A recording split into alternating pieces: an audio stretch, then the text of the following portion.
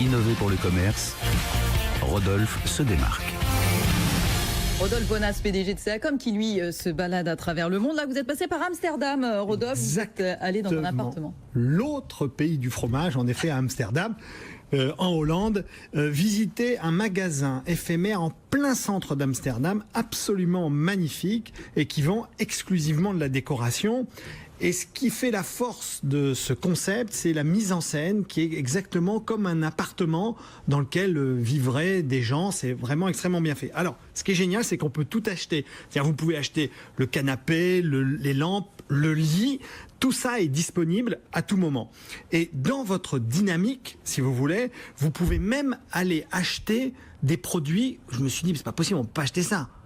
Le drap, la vaisselle, le cadre, le savon, vous voyez ce que je veux dire? Tout a un prix. Alors après, il faut le chercher le prix, parce que c'est tellement design, Karine, qu'à un moment, il faut retourner les produits pour aller voir et trouver ce prix. Ça casse un petit peu la magie du truc, s'il y a le prix. Alors la magie, elle est liée surtout au travers, c'est ce qu'on appelle, vous savez, le live merchandising, c'est-à-dire c'est d'essayer de les mettre au maximum en scène. C'est pour ça que les draps ne sont pas tirés au cordeau, ils sont froissés. C'est pour ça que les fleurs...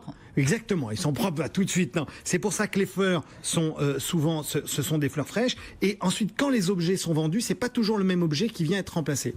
Je veux souligner le concept parce que ça a été mis en place par une agence de design intérieur qui s'appelle Playing, l'agence Playing Civil là-bas, et ils confient en fait ces lieux. C'est le 7e lieu. Playing Circle, exactement. Playing Circle. Et ils confient ce lieu à des designers, des architectes designers, et ils ont carte blanche pendant 6 mois. Et ensuite, ils ferment le lieu, ils en ouvrent un autre. C'est le 7e lieu qu'ils ouvrent comme ça. Ça fait plus de 3 ans qu'ils font ça. Et tous les produits, Karine, sont disponibles aussi sur Internet. C'est-à-dire que vous pouvez vivre la même expérience sur le digital et acheter. Et à ce moment-là, ils éditent un magnifique livre par collection. Donc vous voyez, c'est-à-dire c'est leur 7e livre qu'ils font par collection. Et derrière, vous pouvez partir avec votre livre, etc. Moi, ce que j'ai aimé, si vous voulez, c'est vraiment l'ambiance et l'atmosphère. Je veux terminer pour vous dire que en faisant cette chronique et en travaillant sur le sujet, j'ai découvert qu'il existait à Berlin, et j'irai le voir, un gars qui s'appelle Jordan et qui a fait le même concept, sauf que lui, il vit dedans. Il vous accueille chez lui et tout est achetable et tout est vendable. Je préfère la version d'Amsterdam. Vous préférez Amsterdam? Ouais, mais allez voir, peut-être que Jordan, il est sympa. Il vous offrira un thé, Karine. Merci beaucoup, Rodolphe Bonas, PDG de CACOM. La semaine prochaine. Emmanuel Grenier, PDG de Cdiscount. Merci beaucoup d'avoir été avec nous.